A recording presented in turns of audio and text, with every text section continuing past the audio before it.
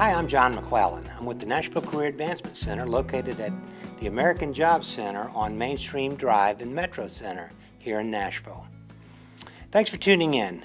We've gathered together a group of career coaches to discuss building a strategy for a successful job interview. Like anything else in your job search, you need to build a plan. So, with that being said, I'd like to ask the first question to our panel of career coaches. Patty, how important is body language in an interview? Body language is extremely important. It makes up 93% of all information passed between you and the employer. 93%. That doesn't include words, it's nonverbal. Those words are very simple. Something like, good morning. Is it sincere? Or good morning. Same words, totally different atmosphere, totally different interpretation of what those words mean. If you say good morning with a smile, that means, hey, I'm glad you're here. If you say good morning, you don't care about anything. What are you portraying to a potential employer when you say that? Your body posture? Are you sitting up straight? Are you leaning forward? Are you interested in the job? Are you excited to be participating in a job opportunity? Or are you slouching in your seat? Yeah, I'm glad I'm here. What does that show to a potential employer? You don't care, as opposed to sitting up straight. That is all nonverbal language. It also shows the excitement that you're interested in the position, that you're happy to be there, that you're the best candidate. So what are you portraying? Okay, and also one thing would be enthusiasm. You have to be enthusiastic. If you're not enthusiastic about the position, if you don't care about the position, you're not going to be chosen for that position. They want to know, are you the best candidate? Are you, or do you not care? That's the question. All right, thank you, Patty.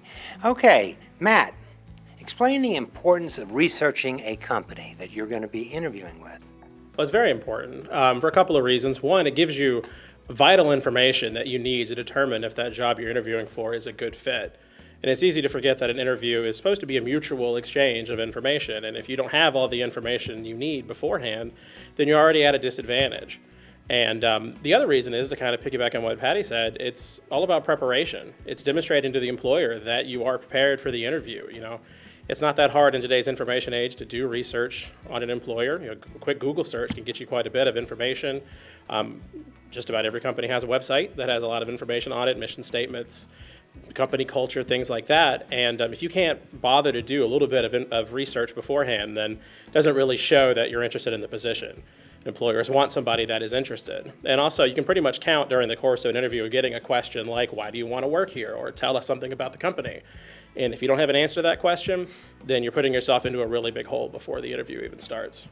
What would you suggest would be the 2 to 3 most important things to know about a company for somebody going into an interview?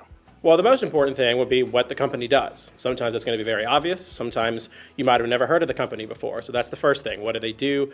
See if you can figure out the company culture, like the mission statement, if they have that. You know, what are they all about? You may be able to determine that from even the company's website. If you can't determine that from there, try to talk to somebody that works there, or do some research on that for employees that are in there that can tell you something about it. But really, those are a couple of things. There's a lot of things, though. I mean, you know, are they in the news? Or something happen with them, good or bad, that you might want to know about going into the interview to be even more prepared? So there's lots of information. Okay, well, that's terrific. Thanks, Matt. Also, Clay, what are the appropriate questions for the candidate to ask during the interview? I'll say a question about questions. Well, Matt did say that an interview is an exchange of information, and that's how the information is exchanged, through questions. The employer asks certain questions that they've designed to get information that they need, and so the job seeker needs to also design some questions to gain information for themselves as well. Questions that are good questions to ask would be those that surround possible job duties, to whom one would report, what's the company culture like here. On the opposite end of that spectrum, you don't ever want to ask questions about salary or benefits, but you do need to be prepared to talk about those if it comes up. Knowing the right questions is important, but also knowing when to ask those questions is equally important.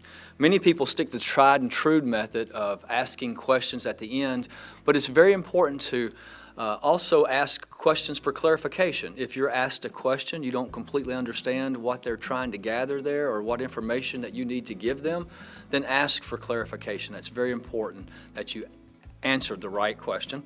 Also, again, instead of waiting till the end of the interview to ask your questions, if you could intermingle those questions throughout the interview process, it turns it more into a dialogue, a conversation. And people like to have conversations. It's important for a candidate to appear likable, and having a conversation makes that happen. And remember, people hire people that they like. It sounds like when you're developing that conversation in the interview that you're being very comfortable. Hopefully they're comfortable back. Sounds like that could be a winning part of the interview. It really is. When you are prepared to answer questions and you have some really good questions to ask the interviewer, you build self-confidence. It really begins in the preparation. It begins in the practice. It begins in everything that you do to get ready for the interview.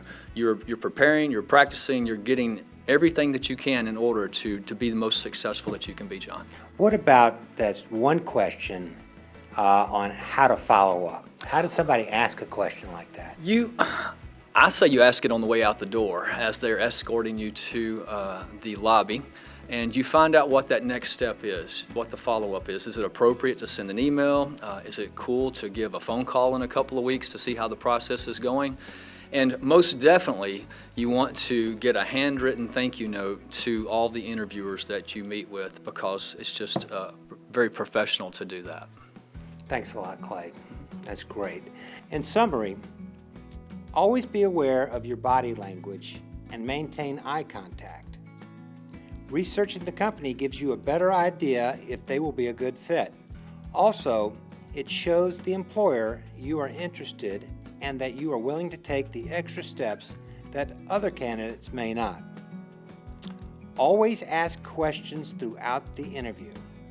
The interview is a fact-finding mission for you too, and it indicates interest to the employer.